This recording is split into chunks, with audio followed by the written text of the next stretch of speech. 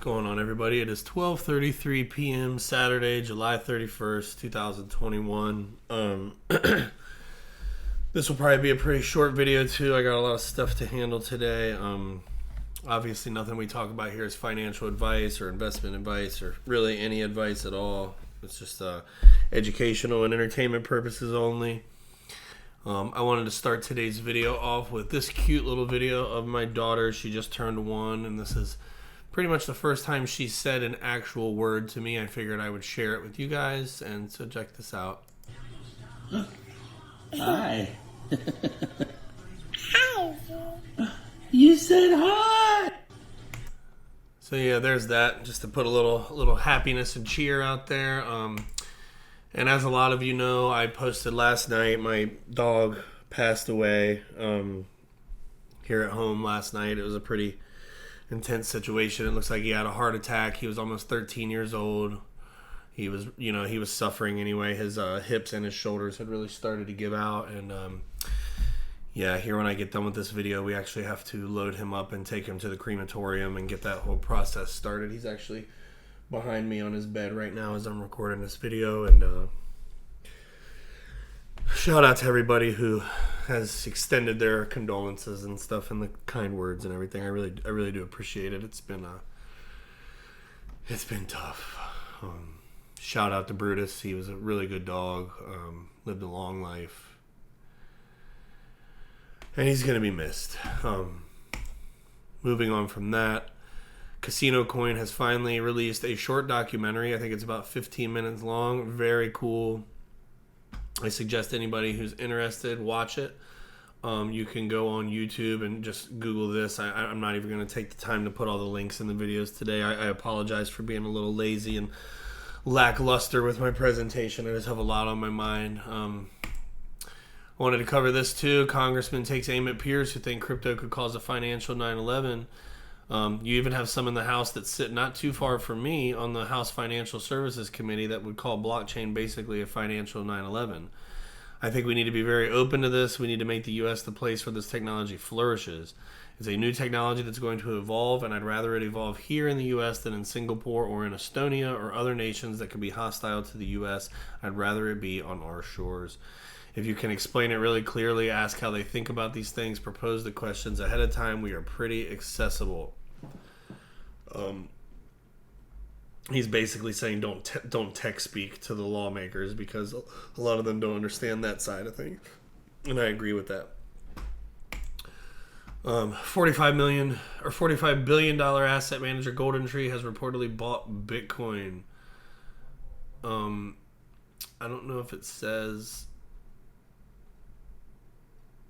I don't think it really says much else about what they bought. But, that's just another institutional body getting involved. The PayPal CEO is planning to introduce digital wallets to facilitate stimulus payments. I thought this was really interesting. That this kind of makes you wonder if there's more stimulus that's going to be coming for sure if this is happening. We know that the mask mandates are getting higher again. Australia has brought in the army to enforce some of the COVID guidelines over there, which I find extremely interesting and disturbing at the same time. I'm not going to go off on a tangent about that, but I do think the military coming to enforce something like that is worth keeping an eye on. And I think this plays into the CBDC thing as well. Here's an article that I thought was really cool. Tether's collapse would be chaotic, but not cataclysmic. They have basically... Where's it at? The report adds a sharp edge along simmering concerns about Tether's financial stability. Tether claims the dollar-denominated tokens are backed by an equal value of assets held by the company, but the company has never presented a full formal audit of its balance sheet, despite repeatedly promising to do so. In February, the company paid an $18.5 million settlement to New York's Attorney General related to allegations that it had previously misrepresented its backing. Tether tokens are now purportedly backed by a mix of assets, but critics remain worried by the opaque nature and quality of that backing. Despite vindication in the New York Attorney General case, Tether truthers have met fierce blowback from crypto traders and others. That's at least in part because USDT has been a key tool for traders to move money safely and quickly for roughly half a decade. There were no truly superior alternatives. The sudden collapse of Tether, it was long believed, would disrupt global crypto trading and harm prices, and hostility to Tether skeptics was often seemingly as much as a display of Pavlovian fear as any form of reasoned rebuttal. But things have changed, and the market would no longer necessarily be deeply disrupted by an unwinding of Tether. More tightly regulated stablecoins have grown immensely in recent years, particularly Circle's USDC, which has ballooned to a $27 billion market cap, nearly half of Tether's issued volume. A wind down of Tether at this point would be chaotic, in other words, but not crippling. I've said before on this channel, I think this is a great way for the U.S. to kind of leapfrog the China being ahead narrative. I mean, they could almost adopt USDC as the US CBDC, more or less. The technology is already there, the infrastructure is laid, and it would allow us to. It would prop up the entire crypto market, and I think it would be a great case for the US to really jump out there in the forefront. We'll see what happens with that. The good news is, though, is that people are starting to see that if this happens, it may not be as bad as people have thought previously. The metaverse's emerging economics. The coming media internet, aka the metaverse, will change how economic value is created and distributed. It is not enough to just build something that people like to use. It has to create opportunity and broadly be a positive thing for society in terms of economic opportunity. In terms of being something that socially everyone can participate in, that it can be inclusive. This isn't just a product that we're building, it needs to be an ecosystem. So the creators who we work with, the developers, they all need to be able to not only sustain themselves, but hire a lot of folks. And this is something that I hope eventually millions of people will be working in and creating content for, whether it's experiences or spaces, virtual goods, virtual clothing, or doing work helping to curate and introduce people to spaces and keep it safe. I think this is very interesting. I think a good vision for the metaverse is not one that has a specific company builds, but it has to have the sense of interoperability and portability. You have your avatar and your digital goods, and you want to be able to teleport anywhere. You don't want just to be stuck within one company's stuff. This is the whole metaverse thing is going to be really interesting. I don't know if any of you guys ever watched Black Mirror, but they have some episodes on there that basically show people more or less plugging into the Matrix, as the way I see it. And you end up with people living in these tiny cubicles and just living their entire lives virtually. And, it does develop a virtual economy, and, things do flourish inside of there. And it's almost like a second world. So I think this is very interesting. We know that Elon Musk, Jeff Bezos, and Richard Branson are trying to get off Earth. Mark Zuckerberg has a site set on a different escape. So this is Facebook backed. I think it's going to be pretty big. Brazilian central bank projects significant migration to digital payments. According to a director, however you say that, central bank digital currencies can expand financial inclusion and reduce the cost and time of cross-border transactions. We understand that the use of CBDC will occur in situations where it is able to bring greater efficiency and transparency to transactions, whether from the retail perspective or its use by agents that make up the financial payments industry. According to the current BCB assessment, the conditions for the adoption of a Brazilian CBDC will be achieved in 2 to 3 years, which in my opinion probably means next year, because they always over forecast, in my opinion. Money Reimagined. Can DeFi stay centralized? Uniswap's move to restrict investor access to certain tokens raises questions about DeFi's decentralization. This is some interesting stuff here. I can't even remember where the section I was going to read. I do apologize, guys. I'm pretty distracted right now. But yeah, I'll probably just link this article in there. Make sure you give it a read. Binance crypto exchange banned totally in Malaysia. This is huge. They've been given 14 days ultimatum to fold up. According to regulators, Binance is operating illegally in Malaysia. We know that like half the world is coming down on Binance right now. And as I've always said, I find it convenient that Binance US is the US branch of this technology, not of the company. We essentially bought into the tech. And I find it interesting that, here we go. It's UK, Germany, Poland, Thailand, and Hong Kong all have issues to crack down on the exchange for one issue or another. So I think the U.S. is positioning itself very well, despite the narrative that China's going ahead and all this stuff. I do not think that there is any truth to that whatsoever. I feel that maybe how it is being allowed to look on the surface. Binance US bought into the technology. Brian Brooks is the CEO now. He's a very smart man, former comptroller of the currency of the US Treasury. And I just think that them buying into it and being extremely regulatory friendly It just is setting them up to basically run that technology. That's my opinion. But let's look at this. This is what BitBoy Crypto said, I guess, yesterday. What's today? I don't even know what today's date is. Is it the 31st? It is. So this was this morning. Listen to what he says here. What if Ripple right now is with the SEC working out an agreement? Basically, they agreed to settle, so this deposition did not go through.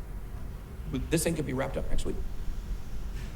And when you look at timelines, when you look at Ripple pumping through this bull market, something's got to break soon. Something has got to break soon. And in my opinion, if he did not testify on Monday, the only reason why he did not is because they are working on an agreement right now. I think this could be over by next week. Very crazy. What do you think, TJ? That'd be intense if it was over that quickly. Somebody was asking if it is wrapped up, how long do you think it'll take before we see major exchanges start relisting it? Like if it gets approved? 2 weeks. 2 weeks? 2 weeks, I think. Within 2 weeks, probably. I mean, yeah, quick. Quick, because price movement is going to be. But here's the thing: by the time that happens, it's going to be too late to get the biggest gains. Not financial advice. Can't tell you what to do. I don't want to tell you what to do. I told you what I told my own family. But you can't just, if you wait until it gets back on Coinbase, you've already waited too long because the prices will be pumping before that. So very, very, very interesting stuff to check out. So looking to see how this develops. So yeah, I found that to be very interesting. That has been the general narrative over the past few days. But then today, Jeremy Hogan, James Fallon, shout out to him, released this piece of information here where I am admitted or otherwise authorized to practice in this court, and I appear in this case as counsel for the Securities and Exchange Commission. So they have brought in a new trial attorney, and Jeremy says, this is not the filing I expected to see this week, but it's not consistent with a done deal. I've thought through other possibilities and still think the addition of a trial lawyer to the SEC team is enough to conclude that no settlement has been reached, in my opinion. Disappointing for me as an XRP holder, but on a positive note, I will get to watch this super interesting litigation play out some more and make videos about it. Let the journey continue. Have a great weekend. And James Fallon says it's not the filing that anyone wanted. I do agree with that. It does make it seem like they are digging in. This is the guy. It could mean a few things, John Deaton says. Maybe someone else on the team is stepping down. Maybe it means they think it's going to go to trial and they're lining up with the trial team. Who knows? We will see. I know Ripple's legal team is very confident in taking this thing the distance. So, playing off of that, I found this very interesting. Stephen Huber says, somebody must have been trying to influence or contact Judge Netburn lately. Sure, she has many other cases, but hardly any other for which such a large community has an existential interest. And it says here, members of the public are prohibited from contacting Judge Netburn's chambers about matters pending before the court. It is a federal crime to communicate with the court with the intent to influence, intimidate, or impede a judge in the discharge of her official duties. So somebody is putting some pressure on Judge Netburn is what this says to me. Who that somebody is, I don't know, but I would be willing to wager it is not on the Ripple side of things. And that is pure speculation on my part. But I do think this is worth watching.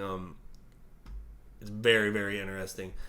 And with that being said, guys, I'm just gonna go ahead and end this. I gotta get on the move with some of my stuff today. You can follow me at True Perception 3 on Twitter. We're still growing. Shout out to you guys for that. I'm very appreciative of everybody who's tuning in and helping me continue to grow. Make sure you like the video. Give me a subscribe if you haven't already. Share it with your friends. And yeah, like I said, once I get the YouTube partnership, I'm going to do a giveaway of $1,000 worth of crypto. I don't know what that will be at the time. I will probably do some sort of poll so we can get some opinions and preferences from everybody who will be involved. I have to get to 1,000 subscribers and then I believe like 4,000 view hours. So we got some work to do, guys. And yeah, with all that being said, shout out to my Bubba here. His he was a great dog, man, and yeah, it's going to be a tough day for me today, but I will see you guys later. Enjoy your weekend. I don't know if I'm going to get on here at all. I saw that the paperwork about Ripple came out. That's the only reason I got on here. I'm probably going to take the rest of the weekend off to deal with myself. So I'll talk to you guys soon.